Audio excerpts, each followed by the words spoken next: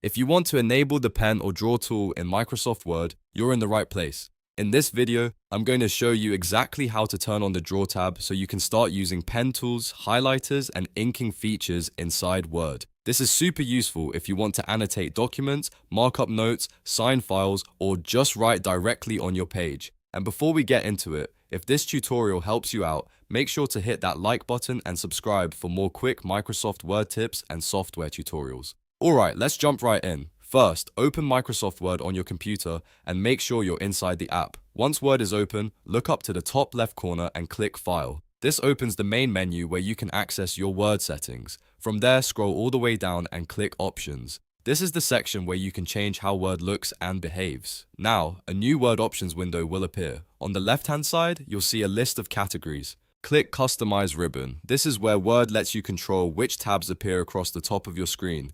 If you don't see the Draw tab right now, this is the place to enable it. On the right-hand side of the Customize ribbon window, look through the list of main tabs. Find the one labeled Draw. Once you spot it, click the checkbox next to Draw to turn it on. This tells Word to show the Draw tab in your ribbon. If it was hidden before, this step will bring it back. After you've checked the box, go down to the bottom of the window and click OK. Word will save your changes and close the options menu. Now return to your document and you should see the Draw tab appear in the menu bar at the top.